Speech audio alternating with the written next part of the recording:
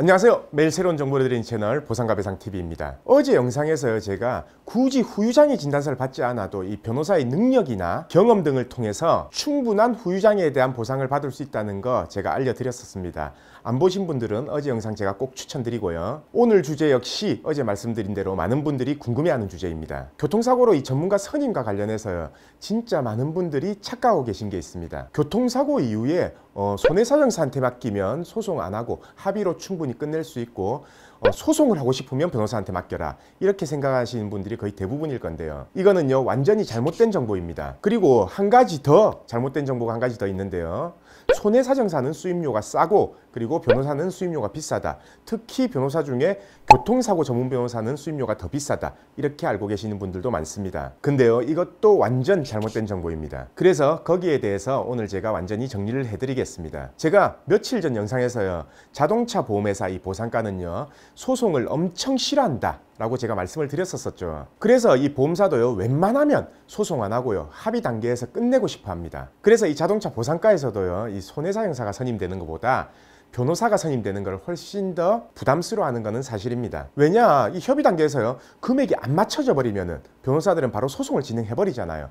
그것 때문에 변호사 사무실을 위임하는 것 자체를 조금 더 부담스러워하고요, 웬만하면은 소송 안 가고 합의로 끝내려고 하는 거죠. 그렇다면 이 변호사 사무실 중에서요 가장 능력 있는 변호사 사무실은 어떤 사무실일까요? 당연히 보험사한테 대응할 수 있을 만큼 이 유사 사례가 많은 변호사 사무실을 선택하셔야 되겠죠. 그래서 이 변호사 사무실에서 그 유사 사례를 활용해서요 보험사에서 이 유사 사례를 통한 합당한 후유장애라든지 합당한 합의금이 제시가 될 경우 충분히 소송 없이 합의로 끝낼 수가 있습니다. 단 일반적으로 보편화된 장애가 예상된 경우에는 이렇게 끝낼 수가 있지만, 중복적인 장애라든지 여러 가지 장애가 복합될 경우, 그리고 이 간병인이 필요한 개호사고 같은 경우에는 무조건 소송을 하시는 게 유리하다라는 것은 제가 이전 영상에서 수도 없이 말씀드렸습니다. 왜냐, 어차피 장기간 치료가 필요하고요, 그 치료받는 기간 동안 소송을 진행해버리면 돼요. 다들 이렇게 생각하시는 거거든요. 자, 치료가 끝나고 나서 예를 들어서 2년의 치료가 필요하다, 3년의 치료가 필요하다 그럼 치료가 끝나고 나서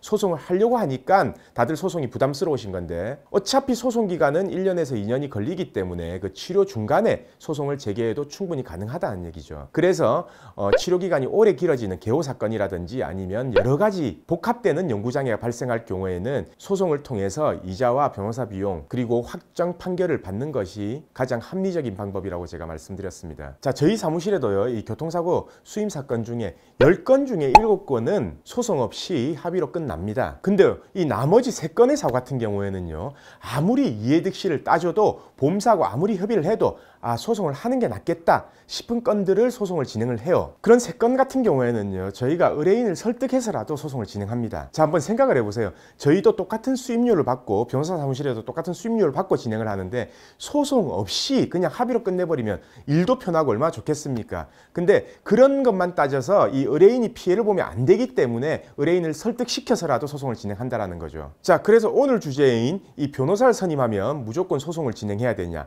거기에 대한 답은요, 소송 없이 충분히 소송 전에 합의로 끝날 수 있다. 하지만 이 불가피한 경우에는 소송을 진행해야 된다. 그게 정답입니다. 그리고 아까 제가 잠시 언급했었던 두 번째 수임료 부분에 대해서 제가 말씀을 드릴 건데요, 보통 손해사정사들이 수임료를 5%에서 한 15% 사이에서 받는 걸로 알고 있습니다. 하지만 이 교통사고 전문 변호사들도 마찬가지입니다. 거의 대부분 5%에서 10%로 수임료가 결정이 되고 있고, 그러면 결국은 손해사정사나 변호사나 똑같다라는 얘기입니다. 그래서 변호사를 선임하면 비용이 많이 들어간다, 그 부분도 잘못된 정보입니다. 자, 그럼 오늘 주제의 의문점은 다 해결되셨죠? 누구를 선임할지는 본인들의 몫입니다. 하지만 이 전문가를 선임할 때는요, 이 본인의 이해득실을 꼭 따져서 선임하셔야 된다는 거, 그 점은 잊지 말기를 바랍니다. 자, 그럼 오늘 방송은 여기까지 하고요. 내일도 새로운 주제를 가지고 오겠습니다. 오늘 방송 끝까지 봐주신 구독자분들 감사드립니다.